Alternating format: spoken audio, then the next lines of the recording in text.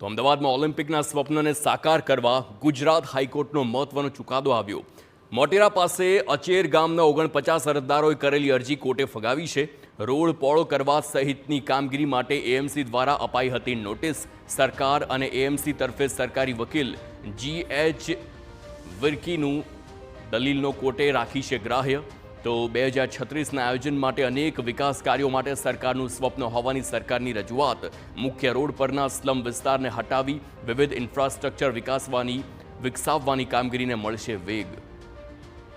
સંવાદદાતા રોનક Verma phone line પર છે। રોનક, આ ખૂબ જ અગત્યનો ચુકાદો માની શકાય, કારણ કે તેની સીધી અસર 2036 ઓલિમ્પિક પર પડી શકે છે, જે અમદાવાદમાં યોજાઈ શકે છે। આખરે શું શું દલીલો કરવામાં આવી હતી અને જ્યારે કોર્ટે આ ચુકાદો આપ્યો છે તો શું જણાવવામાં આવ્યું છે? હાર્દિક, સ્વાભાવિક રીતે ગુજરાત સરકાર અને ભારત સરકાર છે તે વર્ષ 2036ની ઓલિમ્પિક છે તેની યજમાની કરે અને તેના માટેનું એક વિશેષ ઇન્ફ્રાસ્ટ્રક્ચર તૈયાર થાય તે પ્રકારનું આયોજન છે તે કરી રહ્યું છે। અને તે જ આયોજનના ભાગરૂપે વિશ્વના સૌથી મોટા ક્રિકેટ સ્ટેડિયમ એટલે કે નરેન્દ્ર મોદી ક્રિકેટ સ્ટેડિયમ અને જે સરદાર પટેલ સ્પોર્ટ્સ કોમ્પ્લેક્સ અને તેની આસપાસનો જે વિસ્તાર છે તેને વિકસાવવાનું પ્લાનિંગ છે તે કરી રહ્યું છે।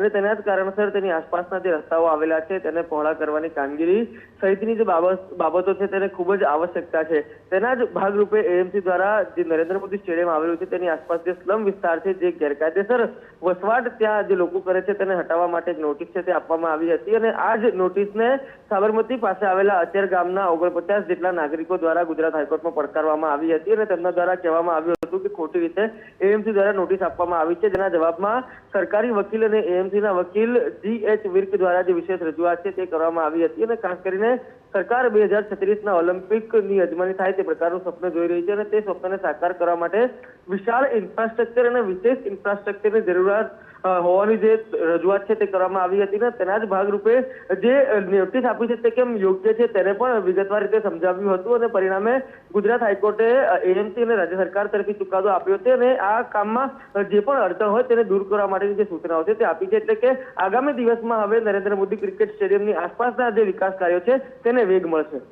આભાર રોનક, સમગ્ર માહિતી બદલ। તો આ ચુકાદો ખૂબ જ અગત્યનો માનવામાં આવે છે, કારણ કે નરેન્દ્ર મોદી ક્રિકેટ સ્ટેડિયમ અને તેની આસપાસનો જે આખો વિસ્તાર છે ત્યાં ક્યાંક ને ક્યાંક આખું જે સ્પોર્ટ્સ આખી એકેડમી તૈયાર થાય અને ઓલિમ્પિકને તે ખૂબ જ અગત્યની તેના માટે સાબિત થાય તેવી શક્યતા હાલ જોવા મળી રહી છે।